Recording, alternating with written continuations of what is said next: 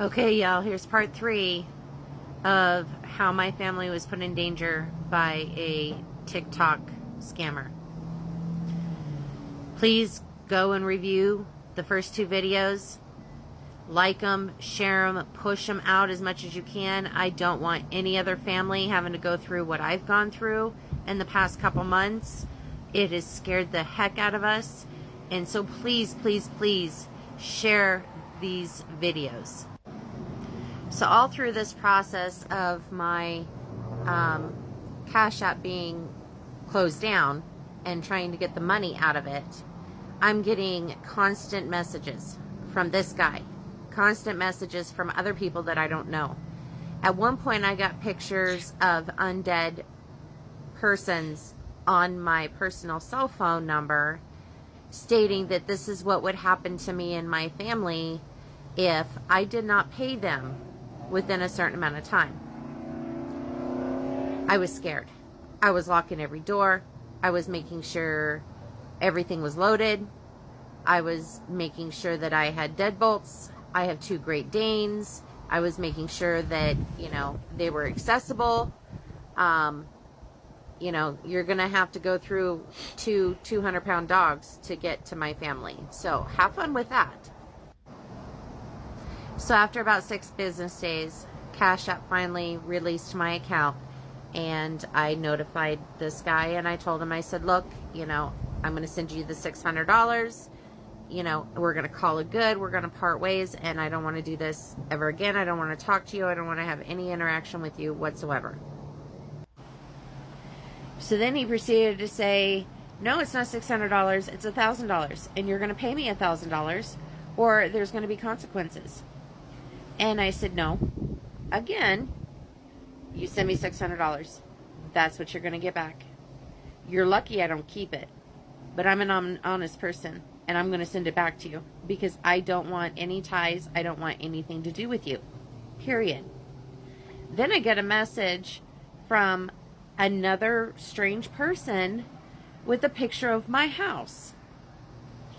And I got to looking at it, and I was like, this is weird. So I pulled up my address on Google Earth. And there's a picture of my house, but the picture is of a side view of my house. And we have some flags in the front yard. So I got to looking at it, and I looked at that compared to the picture that this random person had sent me, and they had screenshotted the picture of my house and cropped out a certain area of my house, but the flags were in the same exact position from Google Earth. So I knew they hadn't drove by and took a picture of my house. They're trying to scare me. So I went ahead and I sent them the $600, and they continued with the harassment. And I said, I'm done. I deleted my What's Not app. I reported him and his account to TikTok, which his account is no longer active. I can't even find him by his name. I've tried to look for pictures of him. I will be happy to post his name on the bottom, and a picture of him. I just don't want this to happen to anybody else. And you know what? I admit now that there was a lot of red flags that I didn't see, or maybe I didn't want to see because of the situation that I'm in financially. I was naive. I was too trusting. But I'll tell you what, that ain't going to happen again. And I'll be damned you come after my family.